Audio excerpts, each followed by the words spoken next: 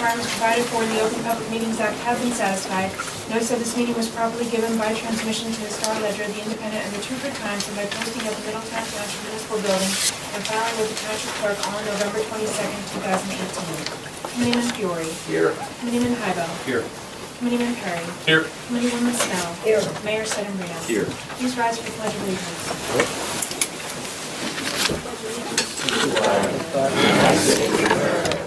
To the republic for which it stands, one nation, under God, indivisible, with liberty and justice for all.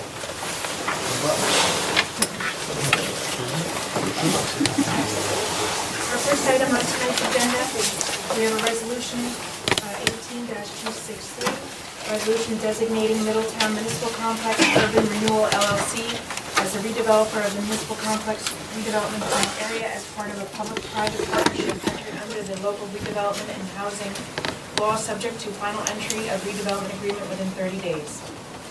Ask for a motion to approve 18-263, please. Second. Committeeman Fiore. Yes. Committeeman Hybo. Yes. Committeeman Perry. Yes. Committeewoman Snell. Yes. Mayor Sedambrino. Yes. Motion carries to adopt resolution 18-263. At this time, we have introduction of ordinance 2018-3239, an ordinance authorizing sale leaseback agreement with Reverter as a capital lease with Middletown Municipal Complex Urban Renewal LLC for redevelopment of a new town hall building for the Township of Middletown. Motion for introduction on 2018-3239, please. Second.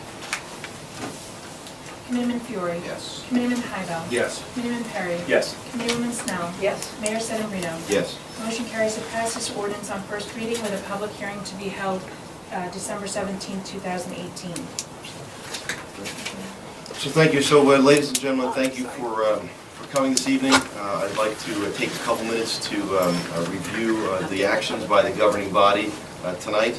I will introduce the project and the makeup of the project. I will then ask Eric Moore from Brandywine, the redeveloper for the municipality, to review some of the high-level points of the project.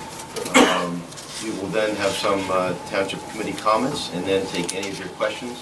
Of course, we would, in a public session, we would ask, of course, to keep those to a 5-minute comment once you provide your name and address. So, with regard to tonight's action, this evening, the governing body, the Township of Middletown, has introduced and approved an agreement for a new town hall through a public-private partnership without any public borrowing. It's important to understand the nature of this arrangement. This is not a traditional design bid build project where we go out and hire an architect. This township has gone through a redevelopment process and has reviewed this starting as early back as 2013 to culminate at today's date. It's important to understand that the municipality is looking at planning for a new 72,000 square foot municipal building on this site. We've reviewed different scenarios. As I mentioned, the township bonding itself, or hiring a redeveloper and having the redeveloper finance it for us. We chose the second option. We've done so because we're looking at two additional pad sites on the property, and Brandywine will go through that. The governing body selected this such that we can look at our property to include additional revenue offsets for any lease payments that we're looking at. So one of the primary reasons that we've gone this route was in order to reduce any new expenses, number one. Number two, with regard to a redeveloper, we're entering something called a guaranteed maximum price. You don't have that when you do a design build scenario. So there will be no cost overruns on this project with regard to the prices that we provide today and that are introduced today. That's important to understand. Thirdly, the township has changed substantively over the last 60 years. When we're looking at we have approximately 55,000 square feet of space. The new municipal building will be approximately 72,000 square feet of space. Right? It's important to understand some of the costs. The The site and construction cost would be approximately 38 million. Soft cost about 10, allowance is about 7.5. Total cost of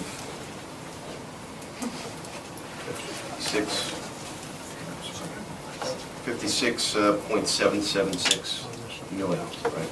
As an all-in total cost with a guaranteed maximum price.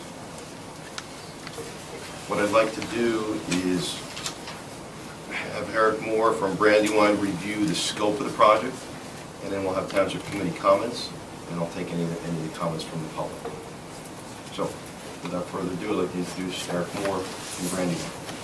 Thank you, Mayor. Thank you, committee. Thank you all that are interested here in this project. Again, my name is Eric Moore. I'm the president of Brandywine. Just to give you a little background on our company, we've been around 45 years, operated in 32 states. We presently have properties in 22 states, done over $1 billion worth of transactions, over 250 projects in every asset class, basically except for industrial. The last project that we did for municipality got finished end of 2018 for the city of Jersey City. We did a municipal annex. We're doing another project with them that's starting in January. Same structure, came in on budget, under time. So we're hoping to do the same thing here. We've worked very hard with the township to come up with what we've started this process almost a year ago, I think 10, 11 months ago. We started meeting with the town and making proposals and whatnot. And we thought we had a creative structure where we could do the municipal building with the police and court, but then offset some of the costs by the tenant relationships. We've done leases with over 1,000 tenants, so all over the country. So we put placeholders here on the site for some out parcels, which we're developing at our cost, but sharing the revenue with the town. That would be an offset to obviously the cost of building the municipal building. This is the site plan here. This is a 72,000 square foot building, which houses the municipal offices as well as the court and the police. And these, as I mentioned, are the two placeholders for the out parcels. Today we're sitting like right here. So this is how the site's going to look at the end. The parking for the police and the court will be more designated to this one area, so it won't be the mixed parking that happens in the back now. And the project itself will take about 26 months once we close into financing. And we're excited to get started. And again, the amount of work that was taken to get to this point. I've worked with a lot of towns, and it's been a real pleasure working with the professionals here, getting creative ideas, kicking things back and forth, and to get to this point. It's been a lot of fun to work together, and I'm looking forward to continuing that over the next couple of years. Thank you. We have show them the site plan. Show the, right, this is the site plan.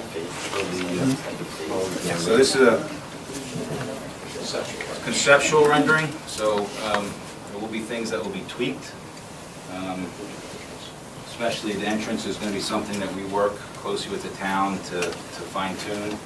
It's going to be, so that's the focal point of the building. As you can see, it goes up on the grading on the hill. The back here is the court and the police, and this is the main entrance. So what's important to understand about the rendering that you see, it is not a final image. As the Deputy Mayor mentioned, that one of the main items that will be modified will be the main entrance, which is the corner glass enclosure here. That will be changed substantively, but the majority of the rest of the building will remain similar to the building envelope that you see here. Anything else to add? Just excited to get started. Great, thank you. So, thank you. So what I'd like to do is get to Township Committee comments. Once we do that, then we'll get to the public. So without further ado, Committeewoman Snell. Just really quick, we worked really hard at designing the building. We've made quite a few big changes to it to make sure it fit into the town. And I think it's really important to gather all parts of the workings of the town into one building. so that whenever you go to see anybody that has anything to do with the town, you go to the one building, rather than going to the Board of Health and whatever. So everybody will be housed under the one building, and I think that's really going to be quite an improvement for everyone in town. Thank you. Committeeman Hybel. Sure. Eric, I want to thank you and your team. I know you spent a lot of time with our professionals. I also want to thank our professionals. This was a lot of work by all you guys and our finance people. Thank you. This is a well-needed project for this town. Municipality has changed greatly in the last, it was 60 years ago this building was built. It's a well-needed addition to the town, and I just wanted to thank everyone involved. This is the best deal and the best approach for us. Thank you. Thank you. Committeeman Perry. I'll echo the sentiments of Committeewoman Snell and Committeeman Hybel.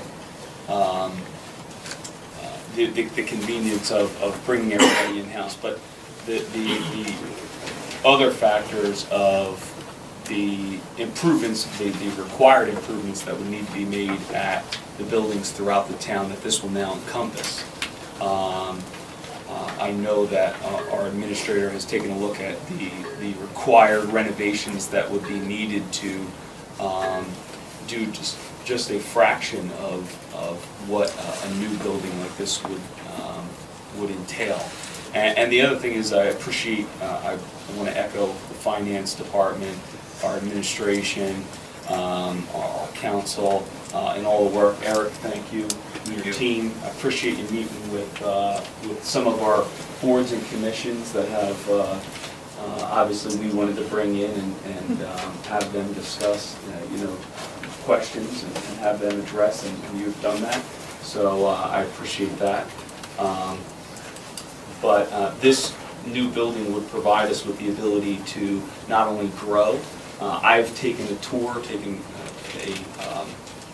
the position that since I became a member of the Township Committee, to go through every department and to discuss the needs and the challenges that these buildings face, these 60-year-old plus buildings face. And I appreciate all of our departments giving that. And I know Eric and his team has done the same thing. And this building will not only allow us to bring everybody in-house and provide the needed upgrades that are not only required by law, but it also allows us to grow and explore other options and what we can do with other towns, what we can do with our county, and it allows us to grow. So it's important to I think, take that into consideration. So I just want to, again, thank you all and look forward to hearing comments from folks here. Thank you. Deputy Mayor Fiore. Thank you, Mayor. I'll try not to say and repeat what my colleagues have said, but some of it does bear repeating. And this municipality, I'm shocked that this municipal building is 58 years old at this point, and that we've been able to, governing bodies over the last, say, 20 years, have been able to continue with the growth from 1960, or right about the time when this building was erected, and then, added on, that they've been able to be here. You look at other municipalities like Atlantic Highlands, much smaller municipalities, and the Keensburg just had to make some changes with the new police department building, and there's a new municipal complex in Seabright, I believe, being constructed, and I know others around Monmouth. Howell just gone through the same thing. This is something that has been explored since as early as 2010. And I may have been the only committee member here, Mr. Severino, you may have been on the 2010. It's been so long I've been here. But this is something that we've been looking at for a number of years, because we've seen the changes that were necessary coming. And trust me, nobody likes to spend money less than me as a municipal government official. And I can say that pretty candidly, especially when it comes to taxpayer dollars. But we've seen that this day was going to have to come, as early as 2010, almost a decade ago. And what did we do back in 2010? We started to prepare under our former CFO a debt service schedule to allow debt service to continue to roll off so we could put ourselves in a position at some point to remedy our town hall because it is sorely needed. There are inadequacies in space. I think you're seeing that right now in this room. There are inadequacies in that courtroom, where right now that courtroom is not even legal.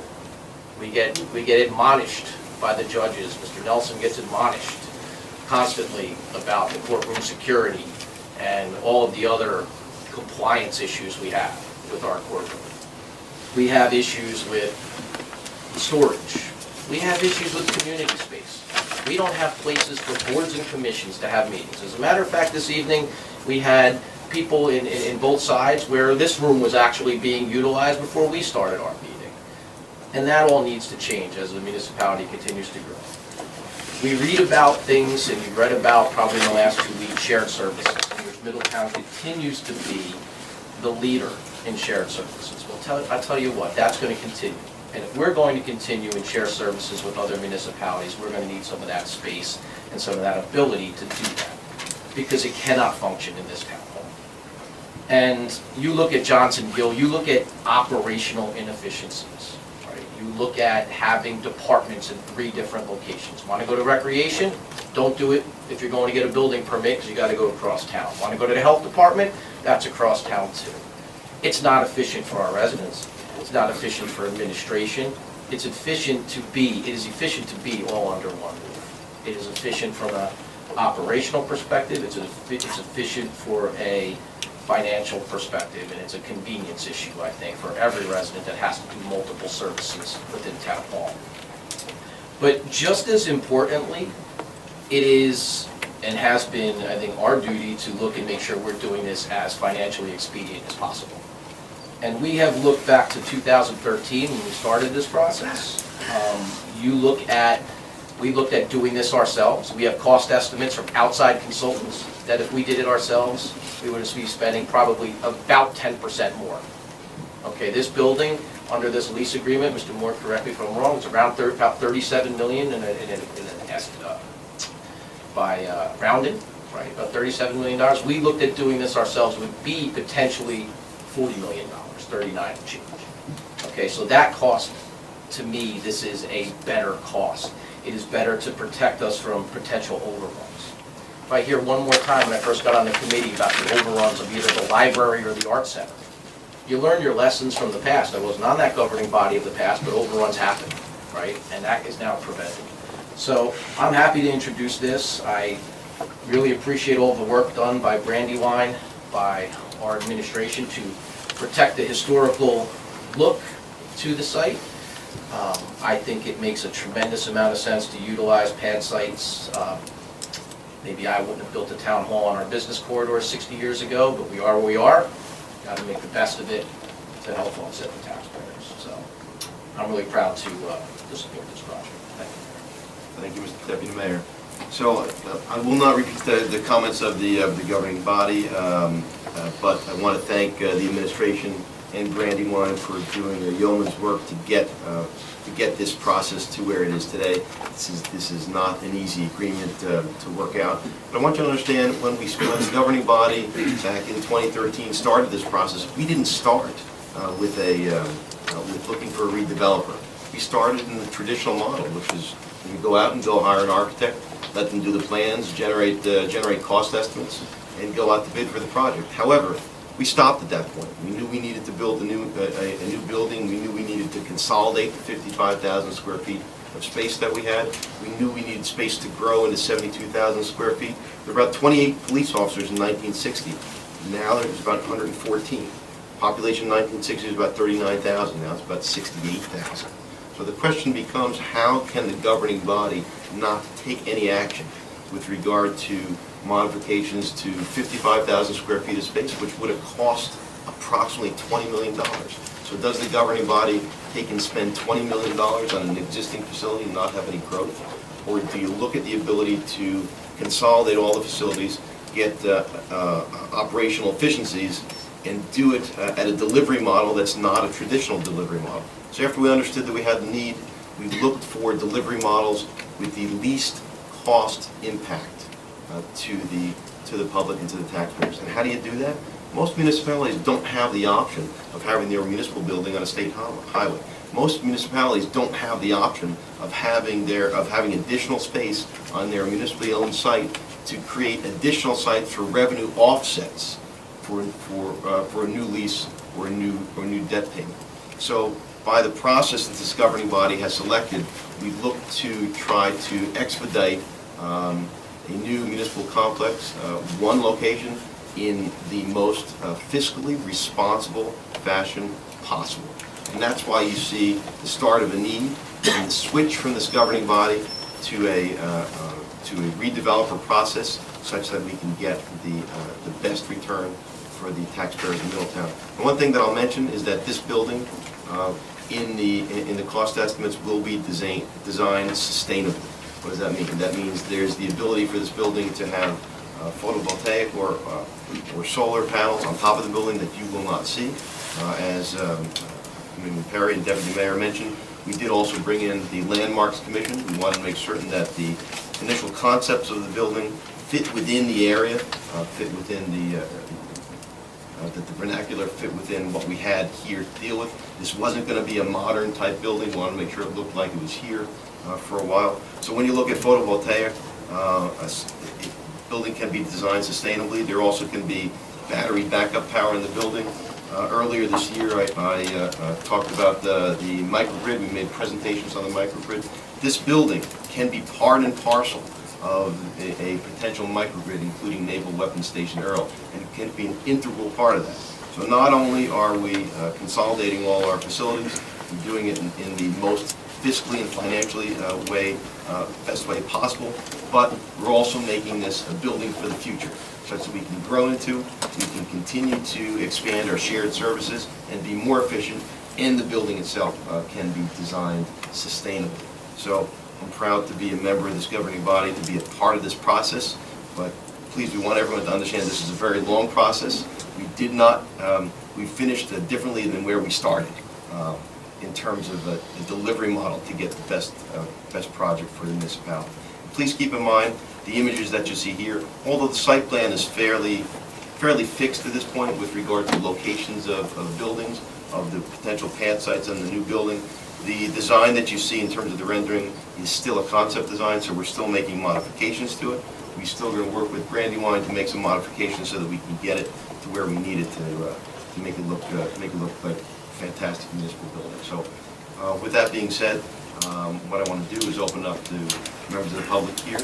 What I'd ask is that you limit your comments to approximately 5 minutes. If you can please provide your name and address first, that'd be great. So, understanding that, I'm sure you have many questions or comments.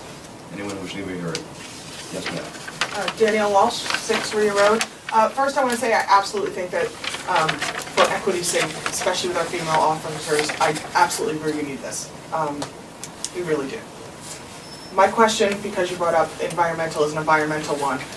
There has been a lot of talk about the ground contamination. Can you talk a little bit about how the ground became contaminated, whether or not it affects our officers or people that work in this building now, and what the overall cost, most importantly, is going to be to clean up that contamination?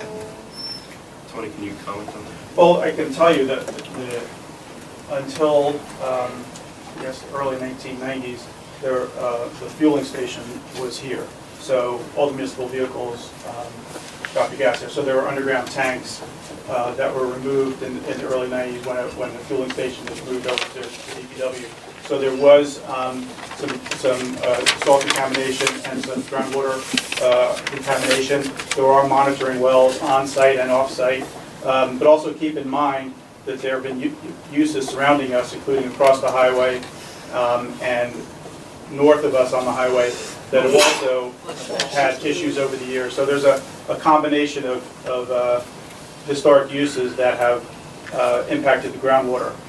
It's regularly being monitored. One of the reasons we chose to put this building in the location we're putting it is that it's all upstream of the contamination. So there won't be any disturbance of the area where we know it is. And so we don't anticipate any significant need to do anything more that's being done now, to just monitor, because there's no more contributing factors to the hydrocarbons that are in the groundwater. So eventually they will dissipate, and they have been based on the monitoring well results over the last several years. So the plan specifically was to put this building in a way so that we wouldn't disturb anything near where the tanks were, or essentially south of there, which is the direction of the groundwater flow. So we have built in some costs just in case there was something unexpected that we can run into, which you would probably do on almost any project. But we don't anticipate we will. We've looked pretty extensively at the environmental history of the property and the contamination issues, and we don't have any reason to believe they impact this building currently, but they impact disturbing the site. And that's why we intend not to disturb that portion of the site and just leave it paved. Can I just quick follow-up? I don't know much about, admittedly, about the environment. You're saying that it's going to fix itself? Groundwater contamination is typically what it does. It dissipates over And time. that's what it is, it's groundwater contamination Yes. from the tanks, so we're gonna leave the tanks and we're not... No, they're long gone. Oh, the They're long tanks are gone. Yeah, they're gone. And so now it's gonna fix itself? The groundwater, that's why you have monitoring. I'm asking you, I'm not being... No.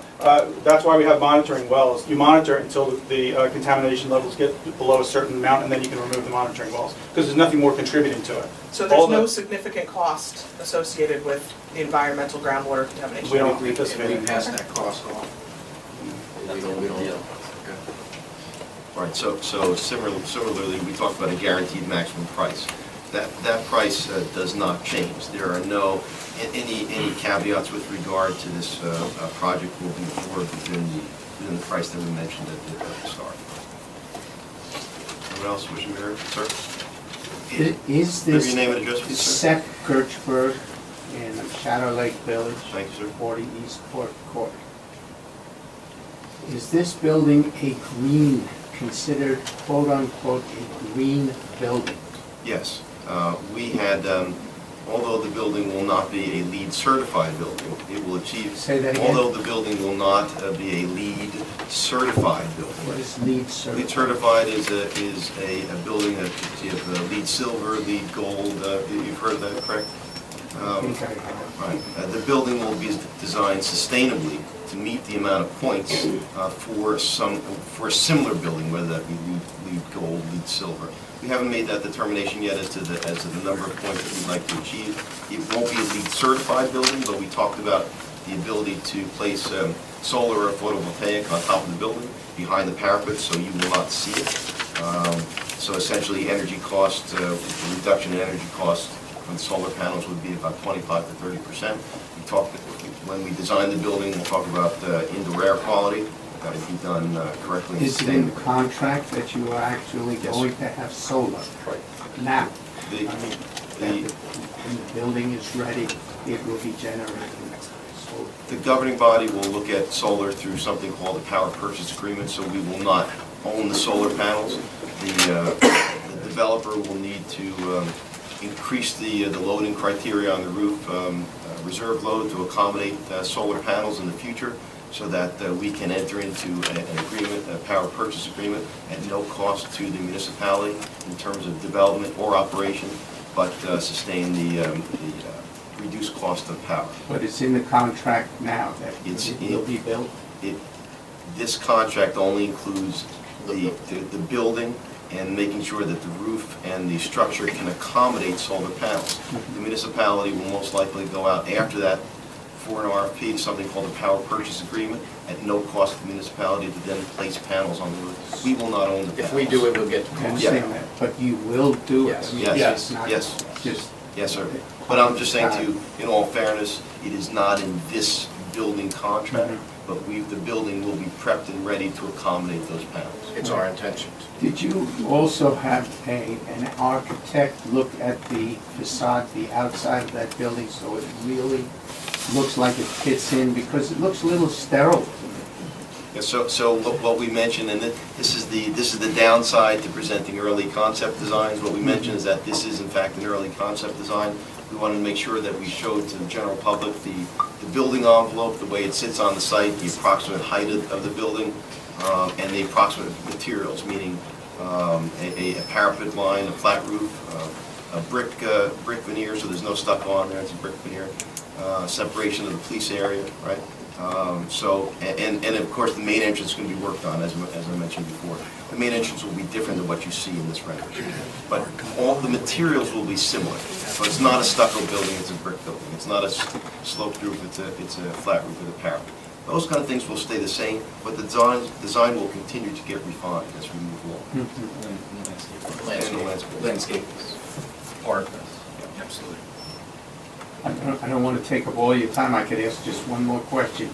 I've owned buildings that have flat roofs, and they are problems. Yes.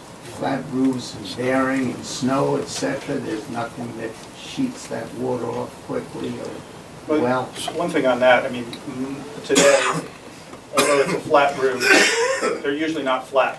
There is a pitch to them that you can't see behind the parapet, so they're not like they used to be, because we've had those problems too, and we're not going to do that to ourselves again, so. So in the governing body looked at that, we had to weigh the difference between either a little bit more expensive sloped roof or a low slope roof. And the benefit to the low slope roof with a parapet is that you can put PV or solar panels on the roof, hide it below the parapet, and get a greater benefit in addition to a lower cost roof. And there'll be a warranty for the roof. 25 years. Anyone else wishing to be heard? Sir. Thank you. Michael DeSico, 46 Alexander Drive. I have a comment and a question. Deputy Mayor Fiore indicated that the process sort of started in 2010 and really started in 2013. On my count, that's 5 years that this has been a project being considered. My comment is the public is getting 10 days to understand this project, understand the concept. Admittedly, a complex financing arrangement, one that I don't fully understand or closely understand at all. I really don't understand it at all. I have to pay close attention to it. I understand the title of the ordinance, so I understand the basic framework of the financing deal. I tend to think most people don't really understand the financing.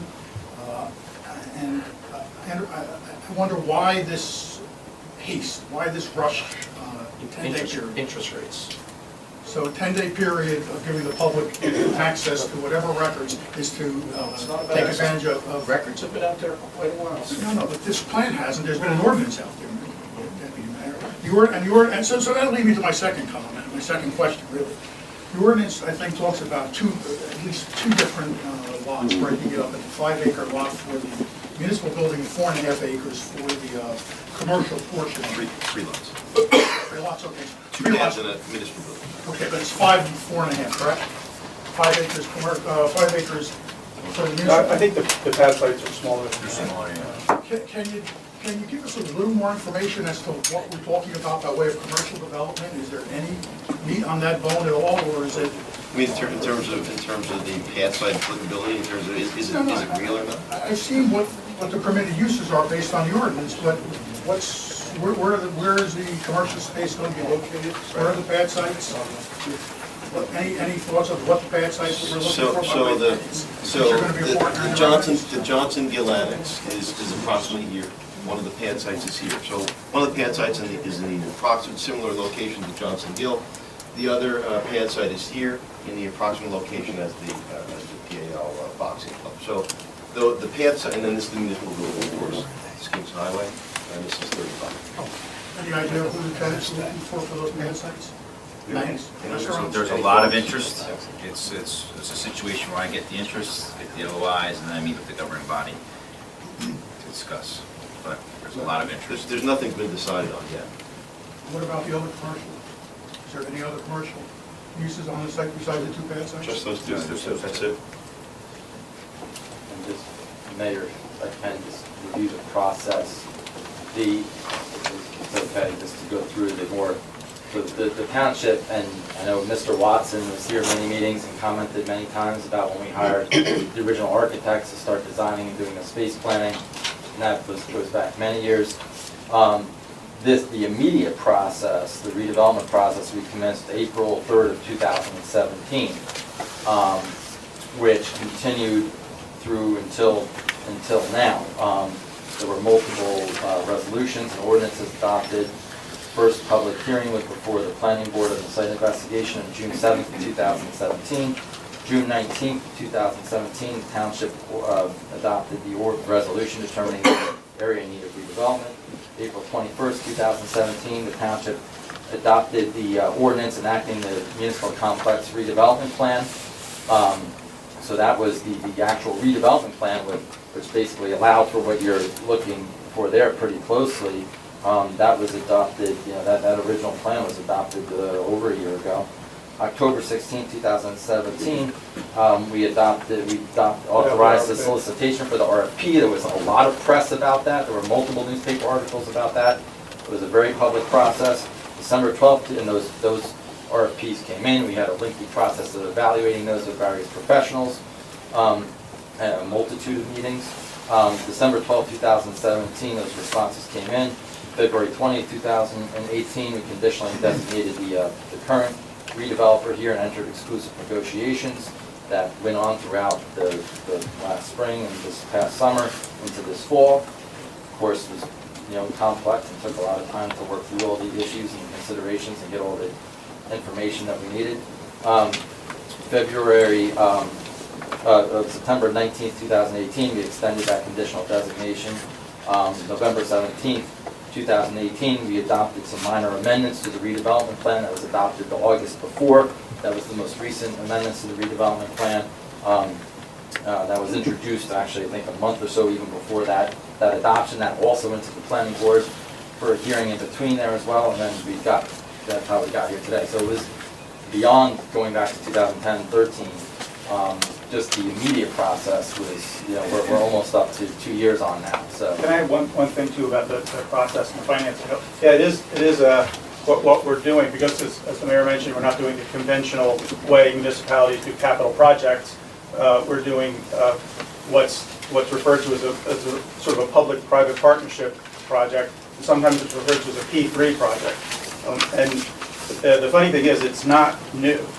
In fact, I found an article, I was looking at something yesterday from 1983 talking about this concept, and this is a smart way to do things for municipalities. But it hadn't really caught on for a long time. But if you do a 5 minutes of research now, just Google the term P3 project or public-private partnerships or sale-leaseback projects, there are thousands of them going on all over the country, and really internationally too. Other countries are using the same concept, because it's generally been proven that the private sector does a better job of building things than the public sector does. And is that their experience at it? We're not. And so, although it is complicated financially, no doubt about that, it's not new or it's not novel. Every college dorm in the state of New Jersey and every state college campus has been done through a P3 in basically the last decade. We all knew it was coming. Yeah. We all knew something was coming until tonight, or when the ordinance was published as to the special meeting. No one knew that was coming. So that's incredibly new. That's the first step. The first thing I have to say. I agree. The process has been ongoing, and there's been statements about the process, but this is an extremely novel concept in Middletown. Never been done before. It's complicated financing. We didn't know about pad sites until tonight. We knew there was going to be commercial, and we knew they could be there. We knew they could be there. We didn't know until tonight precisely what would be there. You still don't know precisely. We don't know. We still don't know exactly. Those were in the RFP. Those were in the RFP. They were in the original redevelopment. Those have been out there for a year and a half at Right, least. but now we know exactly the way it's going to lay out, and that's presented really for the first time tonight. We still don't know anything on the financing or how it's going to work. We don't know. And I agree, well, I'll have to start Googling because now I know, but I didn't know until tonight. And I think that that's really putting the public at a disadvantage with respect to the timeframes that we now have to understand this when it's been percolating for very, very long up in the government. Thank you. Anyone else? Just one more question. Sir, ma'am, please. Hi, Monica Manning, 36 Spruce Drive. I agree. I feel like I'm just seeing this for the first time only because there's an amendment that just happened. And in the amendment, the planning board suggested that there could be convenience store with possibly food establishments in a couple of the pad sites. this one pad site in the corner, I'm confused about the circulation, and if you have a food establishment, possibly near the contaminated water that Danielle mentioned, is a food establishment going to be affected, and that water that's used in that establishment going to be affected by a contaminated site? So that was one of my questions. The So sec- let me answer Okay. that question. So Yes. with regard to subgrade soil, I think Mr. Mercantante answered it. With regard to the underground storage tanks, the USTs that are no longer there, and the monitoring wells that will show that that will dissipate over time, that there's no concern with regard to it. I'm sure that Brandywine, and I'm sure that Brandywine would not be standing here today had there been substantive concerns with regard to any groundwater issues. So that's to answer your question, number one, here are no Okay. concerns with regard to I would like to understand the interior traffic circulation plan and what you plan to do, Spruce Drive, Kings Highway, Tyndall Road. Been waiting for 6 months to hear it, so I'd really like to hear something, please. the traffic circulation. I mean, I'm sure that Eric can take a couple minutes to take you through the traffic circulation on site. Yes. So all the ingress, egress points are staying the same, so we're not touching any of them. So this is obviously coming off Kings, this is, the back of the municipal building. This is where you're to be sitting today, and then this is the egress point lower towards 35. And same here, these are going to get tweaked probably from the size standpoint. We're working with the Department of Transportation to coordinate that, to make sure that everything is good there. And then this one here is also staying. That might be turned into one-way. We haven't decided. Again, that's a conversation we'll have with the Department of Transportation. But no new ingress, egress points, all existing. Is there going to be any new traffic lights surrounding the property? I think tonight's conversation is just with regard to this complex, not anything outside. Right, we right. I do- just mean right in the ingress and egress that you have on Kings Highway, nothing new there. No. Nothing at the end of Spruce Drive. And so the distance, the proximity from this light to here, we've had some preliminary conversations with DOT. It's too close to put a light. Okay. There might be something, a decel lane possibly, coming down 35 to get into the property, but that's all going to be dealt with, officially with DOT now that we have the project to Do go. you anticipate people coming down Route 35, coming in to use the commercial and coming out onto Kings Highway? No, the way we set it up really is, I think the people using this commercial pad are going to come here and then go back on 35. I mean, they could go through the site, but If anyone did come out to Kings Highway, they'd be going back towards Sears, because it doesn't help them to make a left, right? If they're gonna make a left, you might as well go back out onto 35. Only people coming out on Kings Highway, the only people coming out on Kings Highway would actually turn right. And this pad site in the corner where the boxing, yes, what could that possibly be? What there's a kind lot of of different contents. establishment? It could be a bank, it could be a restaurant. But it's not something that's going to have, drive-throughs, a heavy drive-through area. We're not permitting drive-through restaurants. Right, I saw that, I saw that. So the governing body, That hasn't been decided. That hasn't been decided yet. However, there are limiters that we've talked about, as there are no drive-throughs that we've permitted here. But that could be a restaurant, you think, right there in the corner. Potentially. there's a lot of options. The governing body has been very sensitive to how the site was laid out from the questions you asked about ingress and egress. They talked to us about it a lot, in addition to the different kinds of uses that they'd like to see at that pad. Yeah, because there's a residential community right next to it. That's exactly what they brought up. So there's been lots of conversations about it. I've probably had 4 or 5 meetings just on this topic. That's part of the reason why we minimized the pad sites to 2. Part of the reason why we brought in the Landmarks Commission to speak with the redeveloper with regard to the aesthetics of the design. So we've taken a lot of steps to make certain that we minimize any impact and made the design something that fit into the Probably community. have more people going in and out of the boxing ring there now than you might have in potential uses there. I requested 3 pads, just so everybody knows. And that was obviously a topic, and you see what we brought up. You mentioned the off-site. When is that going to be discussed? The off-site road improvements? Right now, any potential decel lanes are going to be a result of DOT applications. We do plan to meet with DOT to talk about that. But We have to get their buy-in. That's going to move forward. And when do you think you're gonna start the project? As far as construction, So, so after the approvals, right, then we'll go get the financing and then finalize design and start construction. So, the demo, obviously the demo of some of the existing buildings are going to be timed with some of the movement to Croydon Hall. There's some renovation getting done to Croydon Hall for some of the relocation. And then it's all phased from there. It's a big project schedule.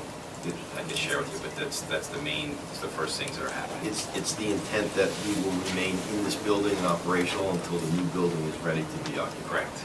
And you said in the newspaper it was gonna start in the spring? Are we still thinking spring or a little later? Yes, that's about right. Okay.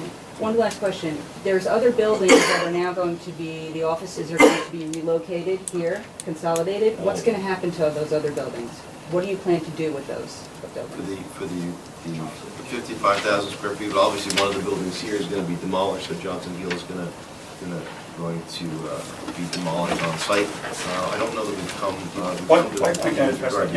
One of the main goals here is to eliminate the problem that happens every day, and that's people walking in this door saying, I'm here to get my dog license. And we say, sorry, you got to go to Fort Monmouth. So the whole idea is to consolidate the municipal functions into one building.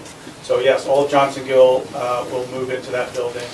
The health department, which is in Fort Monmouth, will move into this building. We will retain the use of that building for animal control purposes, because that's a big shared service that we offer to lots of communities, and we think we'll be able to offer more once this takes place. And so we'll continue to use that building.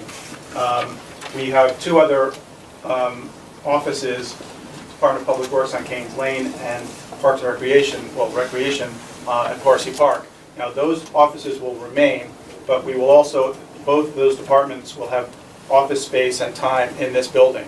So they'll go back and forth to the public. Again, if they need to deal with recreation or public works, they can still come to this building and do it. Another feature of this that's going to really change operations significantly for the future is that what we're planning to do is have a centralized cashier system, which we don't have now. And municipalities are starting to go to that system. You know, if you got to get a building permit and pay your taxes and apply for an aerobics class, you have to go to 3 different places to do that now. We're going to have a centralized cashier system where everything you pay, even your taxes, it's all going to be in one place. And you can write, we may even set it up where you can write a single check for all those things. That's something we have to still work on for all those things, and pay them, and the money gets distributed to the appropriate departments to maximize the convenience for the public. So that's the goal here. And employees, so you don't have to have a person at a counter at every department. Well, what that'll do, the centralized cashier means we don't have to have cashiers in various departments, so we'll be able to hopefully reduce the number of employees in some cases. We're also going to have centralized purchasing.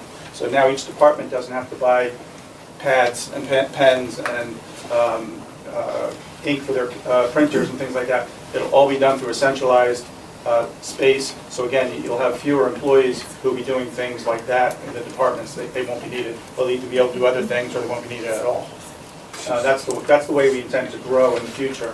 And another big part of this, I was just at a meeting this morning with the League of Municipalities about the changes to the municipal court system.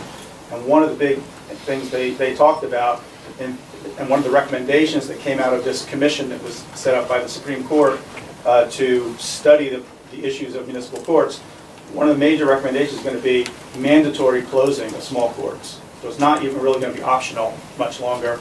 They're going to require courts that have under a certain volume of cases, they're going to require them to shut down and to merge with an adjoining municipality.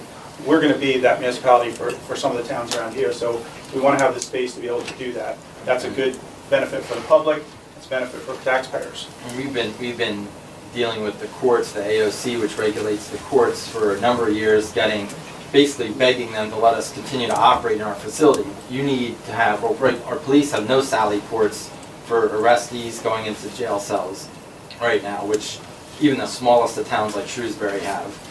So, people that are under arrest are being brought out into public areas and brought through the building in areas out in the open and public right now.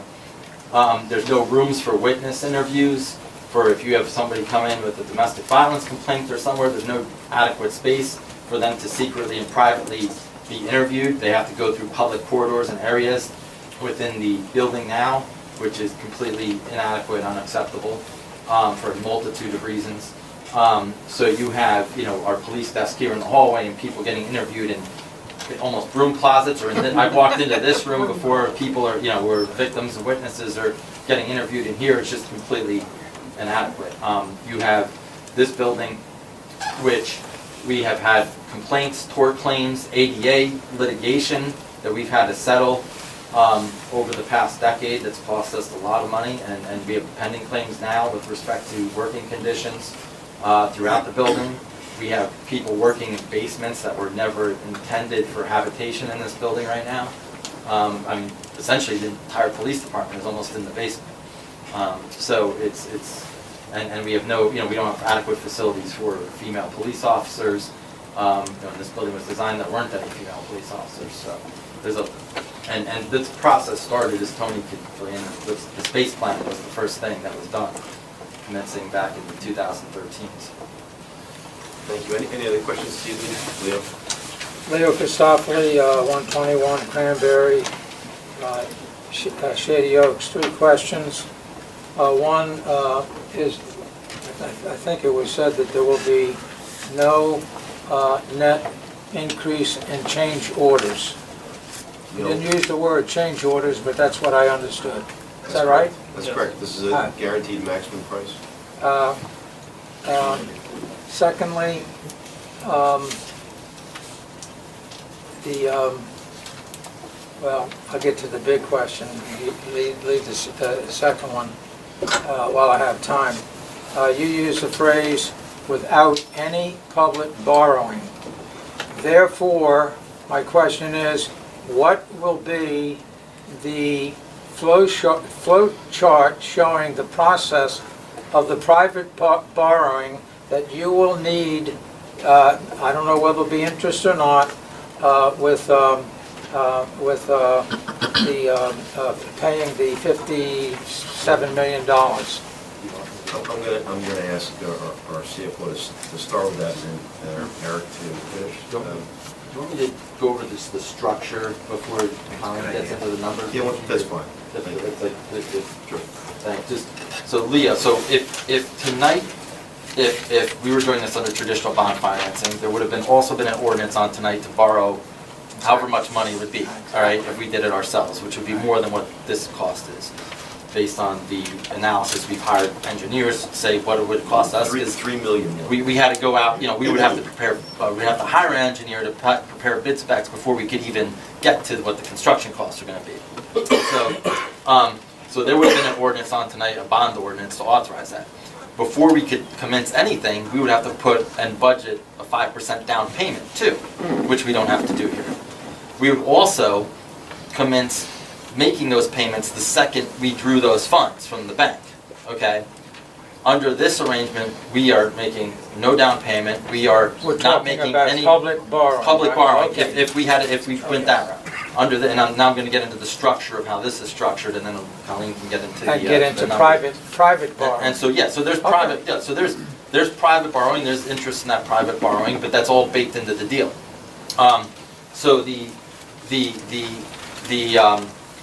So we're making no payments until 26 months after closing. Would be when we make our first lease payment. Finished. So when they're done, we'll be in the building probably, hopefully, before finished. Well, let me You say yes. 26 months. 26 I don't know months. what it means.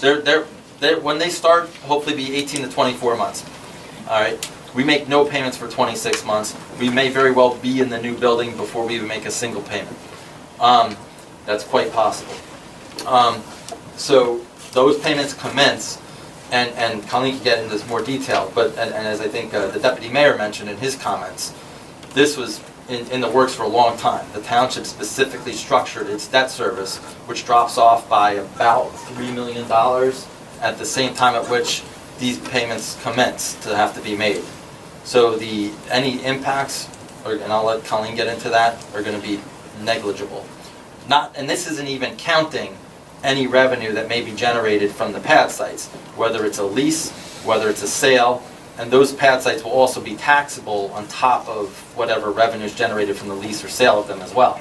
So that's not even, Colleen's analysis and the analysis by our financial consultants doesn't even take into account any of that money. That's really on top of whatever, that could be utilized to offset lease payments. It could be used for other purposes. That's money that will go into the general fund.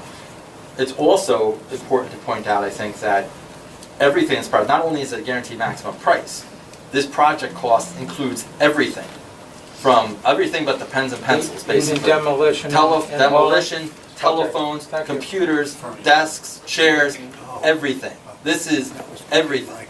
This is not, the town is not borrowing a dime beyond the costs that you hear tonight. That includes every single thing but the pads and the paper, basically. So when this is completed, Colleen will be able to leave Croydon Hall, drive her car over here and sit at her desk with her computer and telephone and everything wired up, ready to go. That's all included in this cost. It's not just raw construction costs or soft costs. It's everything. Can you get into the process of private borrowing and how much it will affect the increase of taxes over a term of 10, 20, or 30 years? Now, so the term, just so you know, the term is 30 years. At the end of the 30 years, the township owns everything. Just so to be clear on that too, that's important to understand. And then, so I will, and so basically the security for the financing is the property and the improvements during the period. Once those lease payments are done, everything's in the township's name and ownership. And it's, that's the basic structure of it.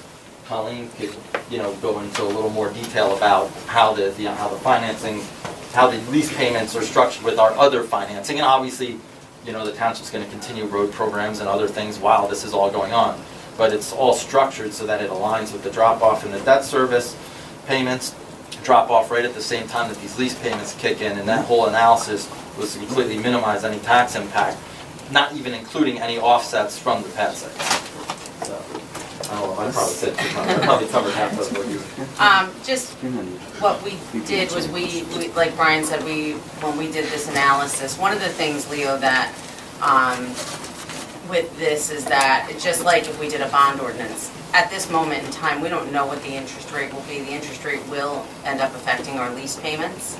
So Is that private borrowing or public borrowing? that's private Is borrowing. it borrowing from this gentleman's company?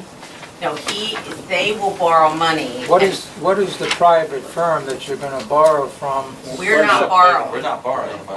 We're not borrowing any money. You said without any public borrowing. Yes. The implication is there's private borrowing. Right, Yes. so private borrowing is So brand their new. bank, whatever the bank they go to market with is the bank that's And going so to you'll have to buy back from him what he constructs, basically. Yes. That's basically over basically time. what it is. Yes. Yeah. You're letting him demolish and haul and anything else to prepare the land for a new construction, for a new building. His company and he will own it, and when he's finished, he will sell it to you. How, good job, how will you pay for it? It's automatic, we get it By $1. lease payments. We get it at the end of the 30-year term. From our lease payments covered the cost of I everything. got It's a lease Oh, purchase. so this is a It's a sale leaseback. lease and buyback. Yes. Yes. Ah, thank you. We get it for one, it's a Thank you. revert with a I wish the reverse. lawyer would. It's an automatic. would- I know nothing That's about, what it is. That's why I it's just read this stuff today. And to me, it's just, I got written down here, It's a sale leaseback. sale buyback or lease and buyback. So you're not getting this for nothing. You're getting it for $56.7 million, and you will finance it through a lease buyback, and you will not own it until you pay it for 30 years. And when that time's up, how much will be added? Is there an interest to be paid? No. at No, all? sir. Okay. $1. I'm satisfied, but there's such a thing as a sleight of hand and a slight hand, and sometimes you get some real tricky economists and accountants But I think I understand it It well says it right enough. here, though, authorizing sale leaseback. I mean, that's what it's called. Well, that's what I read. I had to read it 5 times. So. Thanks. Appreciate every question. Sir? Picking up on, Sir, Don I need your name and address, Adler, please, sir. on Mill Street in Leonardo. Thank you. Picking up on I'm those sorry, sir. questions. Name again? Please. Pardon? Name again for the record. Please. Oh, Thank you. Don Adler, from Mill Street, Thank you. Leonardo. Just picking up Leo's question. So you have compared the total cost of the lease over 30 years to what the town would pay if it borrowed the money now to build. Yes. And these figures are available to us, this analysis are available to us where and when? We'll make them available to you. The municipality actually hired an independent cost estimator to determine what the cost would be if we were to bond for it ourselves. Oh, no, not the estimator, she's the Okay, so in order to verify the numbers from Brandywine, we did hire an independent company to do that. Brandywine did. No, we did. No, they You did. did. We hired somebody to verify that. So we needed, the governing body needed to make a determination that what was the best financial path forward, given the options provided to us from Brandywine. When we looked at those costs, the net costs were approximately $3 million more if we were to build it ourselves, not to mention the risk to the municipality, as there would not be a guaranteed maximum price as we are going down that road now. So not to mention the fact that we have a shorter time. It would probably take us anywhere from 3 to 4 years or so to build a project on our own. With Brandywine, we're looking at an 18 to 24-month bill, which is why you noted a 26-month payment start number 1. So we're probably in the building before we make that first payment. Okay. My next question would be then, well, first let me say, I will echo Danielle Walsh's comment when she was speaking before, that we definitely need the facility. I don't think there's any question of anyone in this room that we need a new facility. We can't operate efficiently and effectively without, what you were saying, an efficient way for everyone to work together in one place. There's little doubt about that. My concern is giving up title, giving up control for the next 30 years, and possibly handicapping future government bodies with a lease that may or may not work 10, 15, 20 years from now. Too many municipalities have already entered into, maybe not just for municipal complexes, but entered into private-public partnerships and have found that over a period of time, they become very costly. So one of my questions is, do we also have available to us the terms and conditions of the agreement and of the lease, so that we can see what the projected lease terms are, and particularly the cost of the same? So as you know, with any lease, all the lease payments are prescribed. And again, the first payment doesn't start until month 26 after close. But there will be a developer's agreement in place that we voted on this evening, and a specific schedule. Right. And that will be available to us Absolutely. tomorrow? Yes, sir. Okay. The schedule, there's a set schedule of payments that will, depends on what you're closing, but it's going to be a set schedule for every single year, the whole 30-year period. The other point, just to answer your question, and Yeah. I think you can ask it more, is that you mentioned, exposure in terms of giving up ownership. In the contract, there are clauses that protect, that Mr. Nelson, ironclad protects the municipality from any sort of that type of arrangement. There's also clauses that no other liens, which was brought up by this committee to Mr. Nelson upon contractual review, no other liens can ever be put on this building to jeopardize the lease structure or the ownership. I'm sorry, I didn't mean to cut you off. No liens, You can't put No up, encumbrances. no it can't be encumbrances. mortgaged otherwise. right. no creditor Correct. of the town can encumber. No creditor of the Nobody Brandywine yeah. can encumber. Aside from I'm the, sure the structure is that it's not Brandywine. it's a single Right. purpose entity, that's it. A Right. different legal entity. Yes. That will be- Right. yeah. That's the entity in the ordinance, is the single purpose entity. Right. That's an urban renewal entity under the redevelopment law. So it's specifically designed And just in for the that private, purpose. in the private-public partnerships that generally fail, they tend to be ones where private and public entities are not necessarily leasing a hard asset facility like a town hall, but where they're doing some kind of private-public partnership for a operational facility. We had one called the Middletown Swim Club, which was failing miserably a few years ago. So I hear what you're saying, but this is different. Okay. One other thing that's important to keep in mind is that, if you look at the potential schedule for what gets built when, it's very likely that one or both of the pad sites will be finished and paying rent and/or taxes even before we're in the building and start making our payments. We hope that works out that way.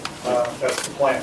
How dependent is the revenue stream from the commercial leases, which we will share with Brandywine, am I correct? How dependent are we on that revenue We stream? can do it without it. Zero. Well, you said it was going to be used to offset our lease costs. But Yeah. it's not to have zero, It's not dependent on. it's not dependent on it, that's the right way to say Yeah, it. I mean, we can do it either way, but the ability to either sell or lease is beneficial because it gives us revenue to use the best way possible, and tax revenue forever, not just 30 years. So are there any tax exceptions or givebacks to Brandywine? So this property would be taxed as it would normally be with any owner. The pad Two- sites. two pad pads. The town hall is not, the Town hall is town not hall is taxable. They own exempt it. use. Yeah, but They're not gonna it's, get but it's a taxed. public use.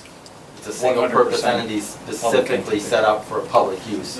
So that's why that's why there's a separate entity that we're essentially partners with that entity, they're building. There's So the no town loss, hall, because if we continue to own it, we We're wouldn't be paying paying the town taxes. hall They're not paying. is separated, subdivided from the pad site. So the pad sites will be taxable, the town hall will not. Sir, I gotta ask you to, I wanna see if I can move on to anyone else has a question, if you don't mind, please. We'll get back to you, we can stay as late as you need. Okay. Does anyone else have a question this evening? Sir? John Catile, Delaware Avenue, Navasink. I'd like to get a little more detail about the 55,000 square feet.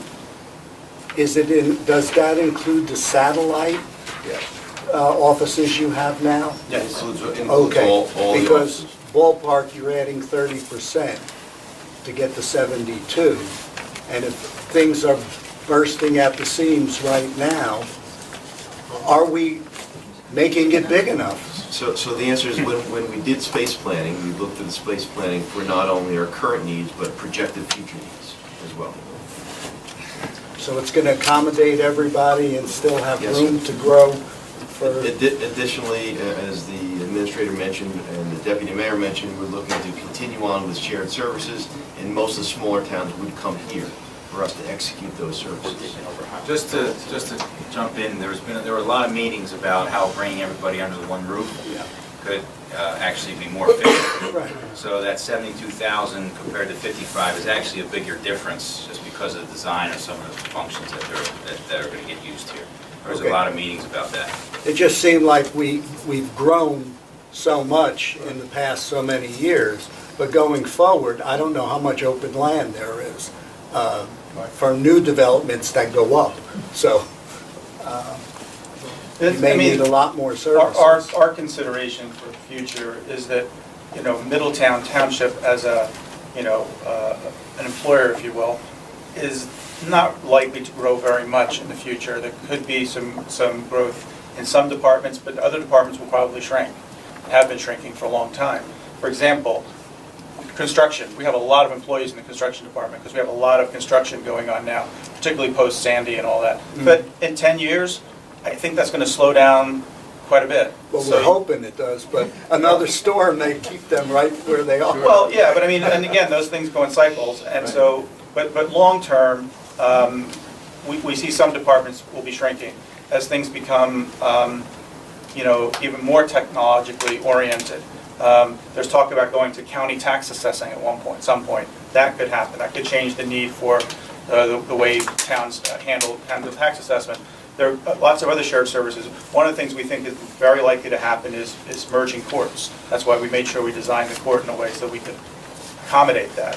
So, I mean, look, I'd love it to be 100,000 square feet too, but, we have a cost, that we have to stay with. We have to be responsible and spend as little money as possible to get as much as we can that we need. And that's what we've been doing. We've basically spent 5 years doing that, so Well, pretty exhaustive okay. analysis. Looking at the future, a lot of things are being done and planned with putting people out of, I shouldn't say it that way, reducing the employees. Well, if we reduce employees, we hope they don't move out of the town, because you need the revenue from the taxes. Are you talking about like work from home? No, I'm talking Just about, reducing overall work. you're gonna need less employees No, I mean, in certain, what I in a think lot what of I said was departments. some departments may shrink, but others may grow. Okay. And others will grow, as a matter of fact. So, You'd have more police, less. yeah, I don't see our overall number of employees changing very much, but the makeup of those employees and where they work might be different in the future. Anyone else wishing to be heard this evening? Hi, Tricia McGuire, 49 Foxwood Run. I'm curious if you can give me some clarification. I'm actually just confused. So I realize that we're selling this property and we're going to lease the town hall. We're not selling. No, we're not selling. Okay, can you explain to me like the lease and? It's a sale lease, so there's three components, there's three properties. Okay. So the property's gonna be subdivided in three parcels. Okay. You have the town hall parcel, the two pad site parcels, so there'll be three separate properties. The township, with respect to the pad sites, is gonna decide whether to sell or lease. Okay, they may. Can I interrupt? That hasn't been decided yet, That's or not in been- 30 years? That's not That will decided be yet. Thank you, that's where I've been confused. So, under the agreements, that's not part of this agreement tonight, but will be part of the redevelopment agreement that will be forthcoming in the next 30 days. That option is an option that will be exercised by the township based on the final financial analysis of those numbers, which is better to do. Then the town hall parcel is going to be deeded over for the 30-year period that the lease payments are being made under, and then revert back to the township at the end of the lease payment. So it is being sold, but it's, With the condition that it it's not, comes back. it's not a clear fee sale, it's it's an encumbered sale, so to speak. So the first day of law school, they teach you that property rights are a bundle of straws. And there's a lot of different variations of ownership of property. So it's kind of a it's a public-private partnership. So we have to turn it over for them to be able to finance the improvements on the property. Otherwise, they have no security for the bank to, so for example, the township said, you know what, we're not making our lease payments, well then they could foreclose on the building and then we would be out and we wouldn't get our I reversion. get that basic component of what you're saying, right? So it's, the town hall site is being sold over and then turned back to the township at the end of the 30 years. But the fact remains, in the next couple of weeks, you're going to decide whether we will own all of this at the end of the 30 years? Or if we're going to sell off a part of it in the next couple of weeks? Meaning we may not own all of this. You're not wrong. Okay. A forthcoming decision will have to be on the pad sites if we're going to do a lease or a sale. It all depends on the economics and. Sure. But at the end of the 30 years, the township will still have this property here that we're The sitting town on, hall the town hall property. property. I feel concerned about, losing property when we keep talking about, we wish we had property, so this is kind of concerning, and it wasn't actually clear until just this moment, so thank you. Mr. Moore, you mentioned that there's a lot of interest in the pad site and what will go into that space. Then I heard Mr. Perry mention that you've opened up the process to some of our boards and commissions, which is refreshing because I don't think that's always happened in the past, so thank you for doing that. When are the residents and the public going to be invited to the meetings to have some input as to what we might like to see on these pad sites? I'm going to be presenting to the committee, and the committee can decide when to have those meetings. Okay, so it I wouldn't be think- through you, it would be through the committee where we would have some input? Yeah, but that's how I'm supposed to present to the committee, and then the committee would then set a time for public. Do you have any sense of when that might be? No, I mean, this evening is an introduction. I understand. We of course would have to schedule a second reading with a public hearing, which there can be further questions asked. And then after that, we would look at some CAD site options, but it certainly would happen next year. Okay, thank you. Thank you. Hi, Marianne Clegman, Harbor Green Circle. Can I ask a question that's not related to this? Yeah, sure. Yeah. Okay. I was at a meeting a few weeks ago, a township meeting, and there was a reading of an ordinance that pertains to a property right near me on Half Mile Road redevelopment plan.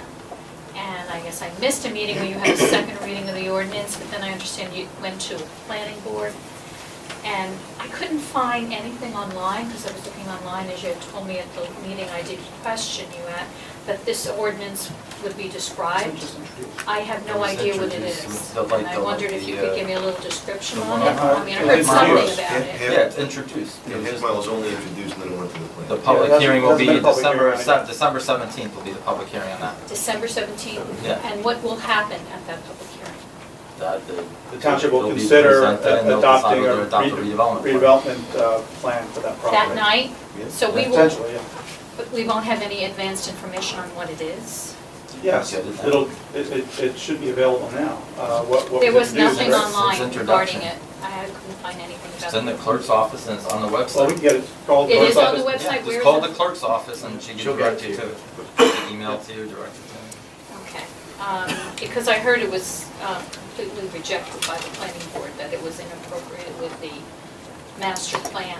And if something is viewed at the planning board as inappropriate with the master plan, why are we continuing to look at it? That's my question. I don't even know what it is. I mean, it might not even be, but if they thought it was, I mean, why would you go against your... We'll get a memo from the planner because the planning board makes a determination, but it's a recommendation, I'm sorry, not a determination, a recommendation. It's a recommendation that they felt it was inappropriate. Right, but we'll get a memo from our planner to see what our planner's viewpoint is. We haven't received that. We haven't received that. But you know what it is. I don't know what it is. Could you do me the We'll- favor of just we'll- telling me we'll- briefly we'll what get it a- is? we'll get a What is this recommendation. plan? There's a proposal to demolish one of the office buildings on Route. The Alfieri buildings? One of the Alfieri buildings on Half Mile Road and replace it with a new building that would be a fitness center. That's what it is. And that's the plan, and the way the structure of the statute is set up is the planning board can comment on that. That comment is not binding on the township committee, they can accept that comment or not. So they could make a different decision or not.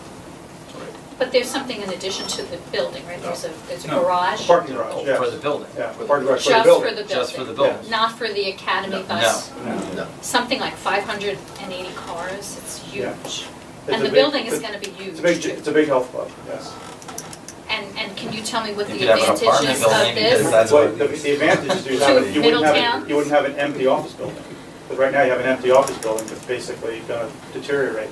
So now you wouldn't have an empty office. There's no, I'm sure you know, there's no market anymore for gigantic office buildings. Right, I know that. So it's gonna sit there and fall Is- apart until it gets Tax appeals reused. denied. Is there a market for a giant health facility? I'm pretty sure they Apparently wouldn't be so. investing what they're proposing to invest if they didn't think there was a market here. I don't know if you've ever seen a lifestyle fitness center, but Well, I've Again, seen Google it. some monster things, but I'm worried that's what this is going to be. it's a fitness club, yeah. Is it much bigger than like the Atlanta Club You know and what the Red Bank? owners wanted to put there? A No, I giant have no- a giant apartment building. They were an intervener in our affordable housing litigation. So that's another option too. Right, that's the danger of empty office buildings. But why can't you, I mean, in the past, you've had developers threaten you with this, and you've made kind of lemonade out of lemons by doing some kind of public good with the program. I think that's exactly what we're doing. No, let me make a suggestion. You don't even know what it is, and you're saying it's lemon, it's, you know, it's Well, not no, lemonade. I hear a parking garage. We need a parking garage. Well, We desperately need a parking Well, we're garage. not going to invest in a parking garage because we're never No, going to but be able to. maybe the developer could be persuaded to make it so that the Academy bus service passengers could utilize it. That's- They need that. That's up to the That could city. come up when it gets to the planning board. That But could you come up. have that authority because you're No, we gonna don't. give them the ability to do something different than what is Or we're allowed gonna to have be an, there. or we're gonna have an empty office building. So you gotta understand, we don't have all the leverage. Yeah, now from the point of view of some of the residents, an empty office building may not be a bad idea Well, compared to. It's a terrible It's thing. a terrible thing. I mean, come on, State is that's empty ridiculous. Or a bunch of apartments, which would be a worse thing. Because the other two buildings will be empty before you know it too. It's insane They to almost suggest are, an empty office building is a good thing. But why not consider what the real need is over there? And the We need can't is for force parking. somebody, we can't force somebody You to do build. it all the time. No, we don't.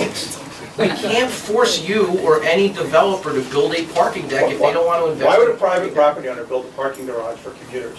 Because you can make money. No, you can't. You lose, no, not If they could make money, it would have been It done would by have now. been. You cannot. Parking garages are the biggest money loser on the face of the earth. I deal with parking garages all the time. Okay. So you're And telling the me most that you're valuable pretty real much estate in the state being, of New Jersey, and they still don't make money. you're telling me you're pretty much being blackmailed with Mount No, Laurel no, for it's doing not this. blackmailed. But we've never heard anything about this. See, this is what Oh, yeah, we bothers us. talked about it. talked about Mr. it. Burns, Where? I had a whole dialogue with Mr. Burns about it about 6 months ago at a township meeting.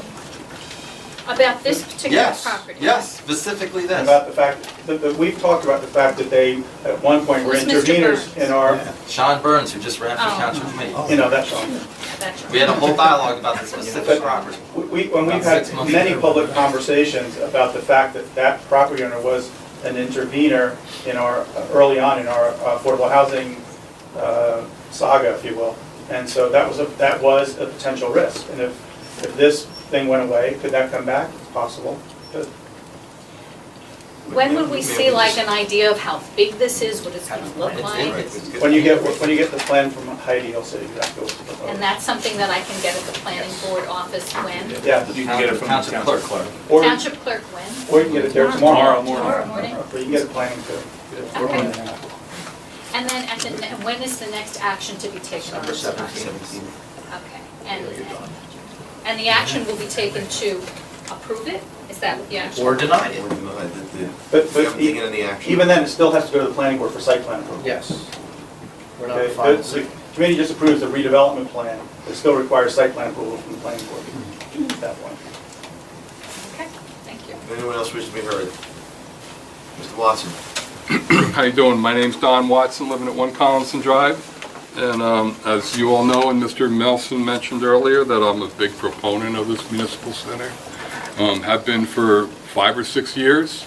I'm glad to see some action is finally being taken to get this to come to pass. I have a couple questions though.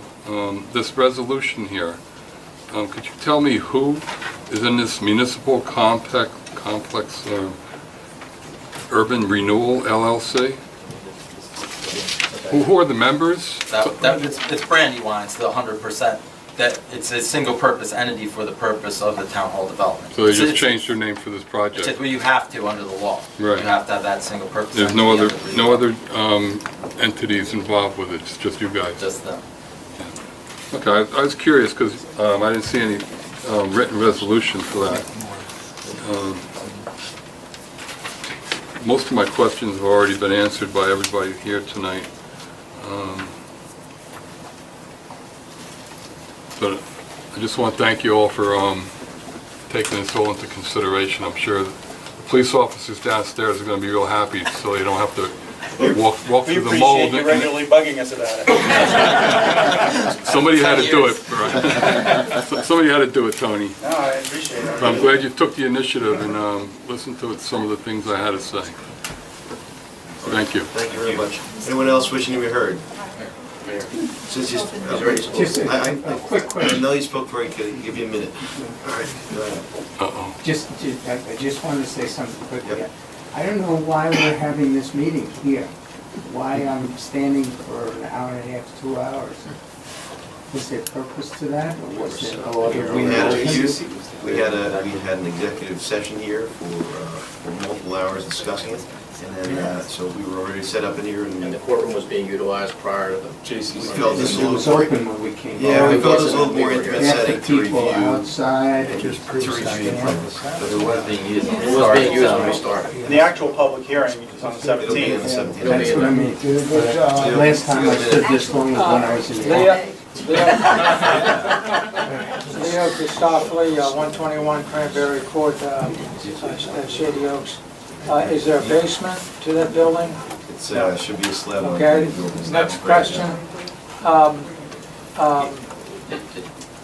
If Brandywine won't be paying taxes during the 24 months or so that they own it, will it cost the taxpayers? No, because you're not paying taxes. There's no tax on this building. There's no zero tax on this now, but the pads will be taxed. So then the other question that may put pressure on those two questions is, how much is going to cost you to rent or buy other facilities to conduct your business? We're not going to be in here.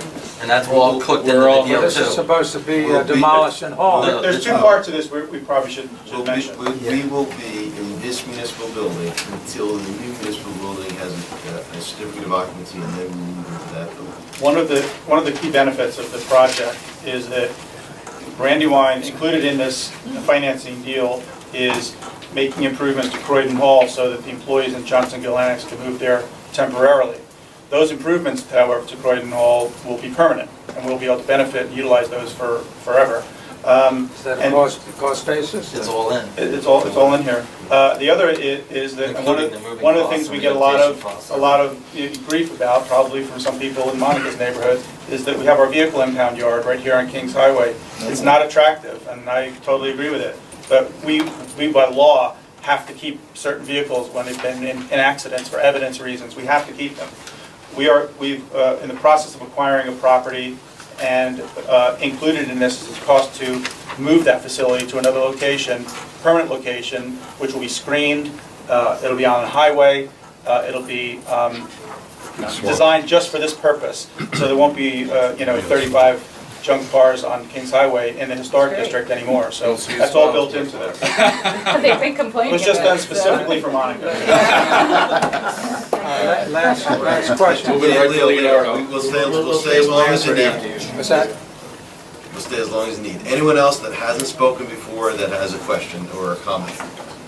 All right, seeing none, motion to close the public and adjourn the meeting. Wait a second, you said I could.